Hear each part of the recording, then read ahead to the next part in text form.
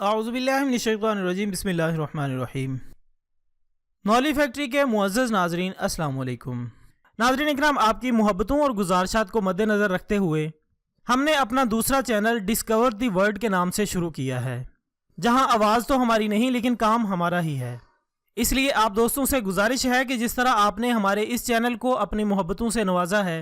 इसी तरह इस वीडियो को देखने के बाद हमारे दूसरे चैनल को भी सब्सक्राइब करें। इस चैनल का लिंक आपको डिस्क्रिप्शन में मिल जाएगा, वरना आप खुद भी यूट्यूब में डिस्कवर दी वर्ल्ड के नाम से सर्च कर सकते हैं। तो चलते हैं हमारी आज की वीडियो की जानिब। नाज़रीन इकराम, इससे कबल पेश की गई वीडियो में हम जान चुके हैं कि वाक़या करबला का तारीखी पस मंज़र क्या था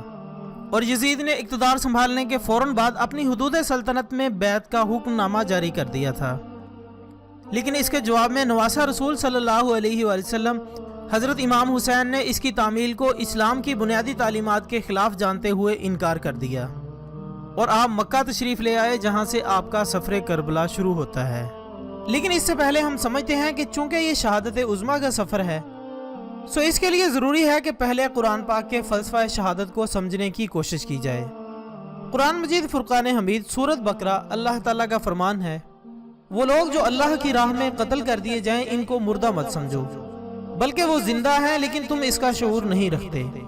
इसी तरह सूरत आले इमरान में रब्बे कायनात का फरमान है, जिसका मफहूम कुछ यूं है कि अल्लाह की राह में कत्ल होने वालों को हरगिज़ मुर्दा मत तस्वुर करो, बल्कि वो जिंदा हैं और अल्लाह के हाथ से अपना रिज़्क़ पाते हैं।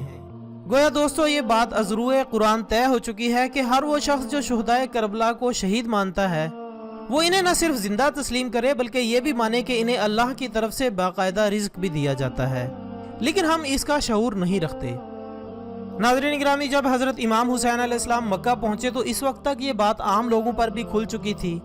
कि आप यजीद की बैत के हक में नहीं हैं। सो कूफा, जो कि हज़रत अली अल मुर्तज़ा के अहद में दारुल खिलाफा हुआ करता था,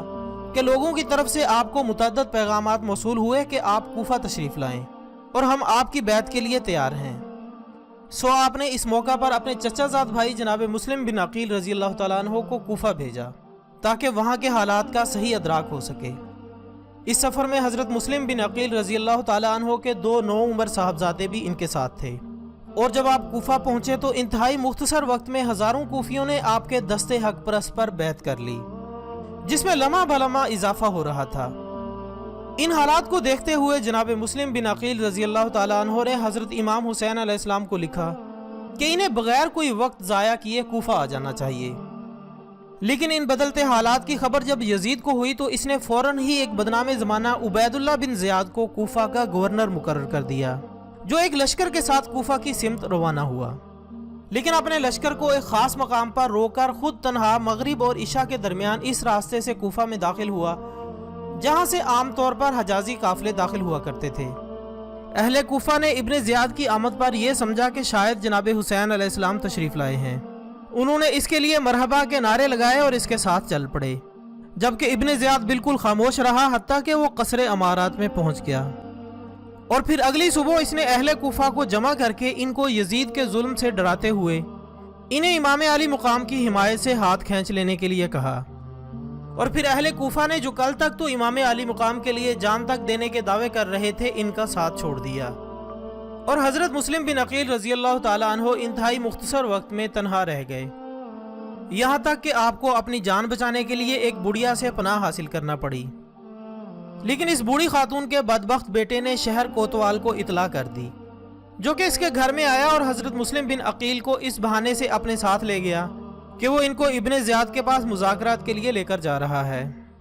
लेकिन रास्ते में ही आपको दोनों मासूम शहजादों समेत शहीद कर दिया। इधर इमाम हुसैन अलैहिस्सलाम ने मुस्बत पैगाम मिलने के बाद कूफा की तरफ आज़म सफ़र होने का फ़ैसला कर लिया।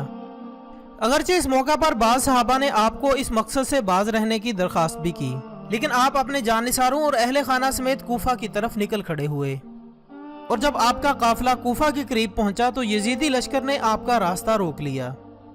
जिस पर आपने फरमाया कि मैं आप लोगों के बुलाने पर यहाँ आया हूँ और अब अगर तुम्हें गवारा नहीं तो मैं वापस चला जाता हूँ। सो इसके बाद आपने अपना रुख बदल लिया और मकाम करबला पहुंचकर दरियाफ्त किया कि ये कौन सा मुकाम है, और जब जवाब में बताया गया कि इसको करबला कहा जाता है तो आपने वहीं खैमे गाड़ने का हुक्म दे दिया। اس کے بعد یزیدی افواج نے بھی میدان کربلا پہنچنا شروع کر دیا، جس کی قیادت ابن سعد کے سپرد تھی۔ اور ناظرین یاد رہے کہ ابن سعد صحابی رسول صلی اللہ علیہ وآلہ وسلم حضرت سعد بن وقاص رضی اللہ تعالیٰ عنہ کا نافرمان بیٹا تھا، جس نے آپ سے یزید کی بیعت کا تقاضا کیا، جس پر امام علی مقام نے فرمایا کہ مجھے یزید کے پاس لے چلو یا مجھے واپس جانے دو، لیکن ابن زیاد کے حکم کے مطابق اس نے بیعت پر ہی اصرار کیا۔ دن گزرتے رہے اور 7ویں محرم کو خانوادہ اہل بیت پر فرات کا پانی بند کر دیا گیا، جس کو استقامت کے پہاڑ جناب حسین علیہ السلام اور ان کے ساتھی اگرچہ صبر کے ساتھ برداشت کر گئے، لیکن بچوں کو کون سمجھائے۔ معصوم علی اصغر کی پیاس جناب عباس علمدار سے برداشت نہ ہو سکی۔ ننھے علی اصغر کو پیاس کی شدت سے تڑپتے دیکھ کر فرات کی جانب بڑھے اور تیروں سے چھلنی کی گئی پانی کی مشق کے ساتھ جب زخمی حالت میں واپس آئے تو یزیدی فوج سے آنے والے ایک تیر نے معصوم علی اصغر کو بھی چھلنی کر دیا۔ ناظرین محترم، یوم عاشور کے دن باقاعدہ لڑائی کا آغاز ہو گیا۔ ایک طرف یزیدی فوج اور دوسری جانب وفاداران اہل بیت۔ حرص و ہوس اور اقتدار کی زہریلی ہواؤں نے کلمہ گو مسلمانوں کو ہر احساس سے عاری کر دیا، لیکن ہوس کی اس تاریک رات میں بھی ایمان کا ایک چھوٹا سا دیا جو جناب حر کے دل میں جل رہا تھا، اس نے ظلم کی رات کا سینہ چیر دیا اور جناب حر نے یزیدی فوج سے بغاوت کرتے ہوئے خود کو امام حسین علیہ السلام کے قدموں میں قربان کر دیا۔ دوپہر ڈھلنے تک آپ کے کئی وفادار جام شہادت پی چکے تھے، اور خدا جانے اللہ نے حضرت حسین علیہ السلام کے بوڑھے بازوؤں میں کتنی قوت بھر دی تھی، جو اپنے جوان بیٹوں کے لاشیں میدان سے اٹھا کر لاتے اور پھر دوسرے کو ایک نئے جذبے کے ساتھ میدان کی طرف بھیج دیتے۔ صحرا کی گرمی بھی اپنے تمام قرض چکاتے ہوئے صبر حسین آزمانے پر بضد تھی، جبکہ پیاس بھی اپنی حدوں کو چھونے کے بعد حیرانی سے اس پیکرے صبر و استقامت کو دیکھ رہی تھی۔ لیکن امام علی مقام قیامت کی اس گھڑی میں بھی اپنے نانا کی امت کو یہی پیغام دے رہے تھے کہ نغمہ فضل گل و لالا کا نہیں پابند، بہار ہو کے خزاں لا الہ الا اللہ، اگرچہ بت ہیں جماعت کی آستینوں میں، مجھے ہے حکم اذاں لا الہ الا اللہ۔ آپ نے اس سلگتے ریگزار میں بھی درس محمد صلی اللہ علیہ وآلہ وسلم سے مکمل انصاف کرتے ہوئے ظلم کی ہر شاخ کو شکست دے دی تھی، اور اب وہ لمحہ آن پہنچا تھا جب شیر خدا علی المرتضیٰ کے لخت جگر حضرت فاطمہ الزہرا کے نور عین اور نبی صادق صلی اللہ علیہ وآلہ وسلم کے لاڈلے امام حسین میدان کارزار میں اترے، اور جس سمت بھی رخ کیا یزیدی فوج کی صفیں الٹ کر رکھ دیں۔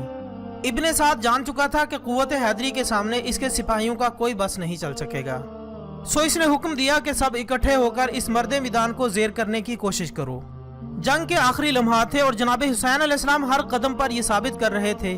کہ باطل خواہ تعداد میں کتنا ہی زیادہ کیوں نہ ہو لیکن حق کے مقابلے میں نہیں ٹھہر سکتا۔ ناظرین اکرام، مارکہ کارزار اپنے زوروں پر تھا کہ نماز عصر کا وقت ہو گیا، اور آپ کو یاد تھا کہ نماز دین کا ستون ہے، اسے ہر صورت قائم رکھنا ہے، سو آپ زخمی حالت میں بھی اپنے اللہ کے سامنے سر بسجود ہو گئے، اور یہی وہ تکلیف دہ لمحات تھے جب شمر لعین نے حالت سجدہ میں آپ کی گردن مبارک پر تلوار کا وار کرتے ہوئے آپ کو شہید کر دیا۔ تاریخی واقعات میں آتا ہے کہ اس کے بعد طاغوت نے اپنے ظلم کو مزید تسکین دینے کے لیے آپ کے سر اقدس کو نیزے پر بلند کیا، اور اس وقت بھی آپ کی زبان اطہر تلاوت قرآن میں مشغول تھی۔ ناظرین گرامی، شہادت عظمیٰ کے بعد صرف ایک مرد یعنی عابد بیمار تھے جو زندہ بچے، جبکہ خواتین کی قیادت بنت بطول حضرت زینب رضی اللہ تعالی عنہا کے پاس تھی، جو کہ یزیدی فوج کے قیدیوں کی صورت دمشق کی طرف لے جائی گئیں۔ اہل دمشق یہ نہیں جانتے تھے کہ یہ مظلوم کون ہے،